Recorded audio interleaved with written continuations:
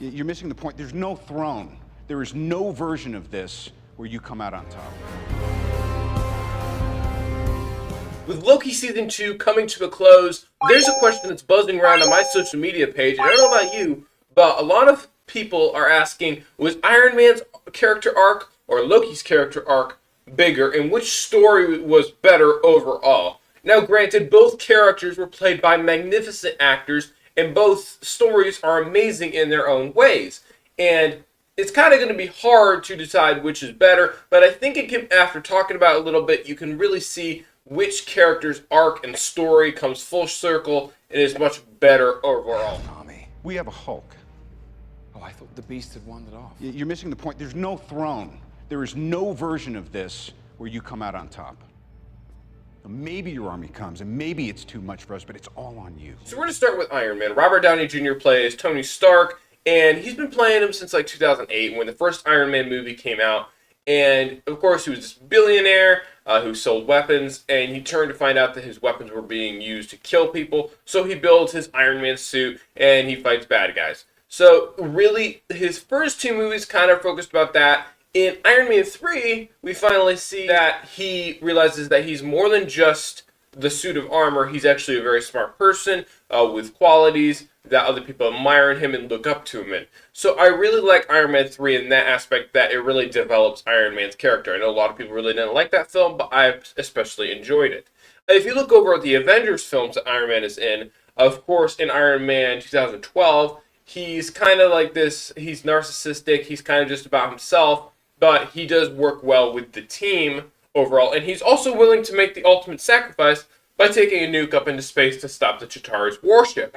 So you really see that this part of sacrifice at the end of Avengers 2012 start to come in for Tony Stark. If you go over to Avengers Age of Ultron, Ultron's his fault. He built Ultron and he feels terrible about it. He was trying to make it easier for the team, but instead he messed up. And I think that haunted him to his grave, the fact that he was the person that was behind Ultron. So I really think that he learned a valuable lesson there, that not to mess with things that he doesn't really understand, but at the same time taking responsibility for his own actions. In Infinity War, of course, we see him show up trying to fight Thanos, and Thanos is only afraid of really Tony Stark. He only knows him by name.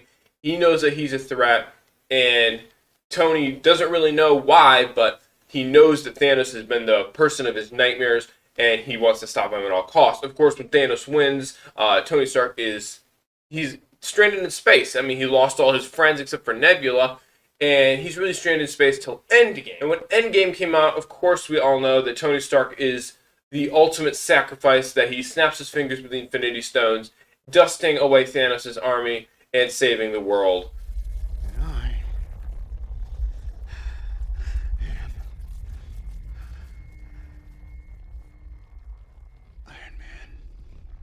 So just overall, Tony Stark is an amazing character. He starts off as this billionaire and narcissistic playboy, and he turns into the person that saves the world and brings back everybody from the blip. So an amazing sacrifice, great story for the change from playboy to hero. I really enjoy the story. He carried the Infinity Saga.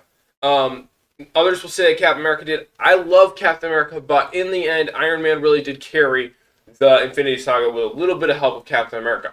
So that's just what Iron Man did. Now let's look over at Loki. I am Loki of Asgard, and I am burdened with glorious purpose. Loki's first appearance was in Thor in 2011. Now, when he first was seen on the big screen, he was realized that he was a frost giant. He wasn't really an Asgardian, but he still he wanted to be recognized. He wanted to be important, like his brother Thor. And you see him show a little bit of a villainous side throughout Thor 2011 and Thor the Dark World. He starts to work together with his brother a little bit better in Thor the Dark World, but at the same time, he's up to his mischievous tricks as the god of mischief, ending up on the throne at the end, replacing Odin while Odin is not there. Now, if you go over to Avengers 2012, he's the big bad. I mean, Loki is the baddest they can get. Some will say he was under the influence of the Mind Stone, which I do believe, but at the same time, he also was just being the most villainous person that he could be. He is kind of responsible for the Avengers forming because he was the first real threat. Of course, he was defeated and taken back to Asgard, but nevertheless, he was the most villainous person that the Avengers had seen up to 2012. So that really leaves him an opening. After that, you really see him in Thor Ragnarok, and that's where a lot of his character development comes for this variant of Loki. He really starts to work with his brother, and they really form a bond. If you're here, I might even give you a hug.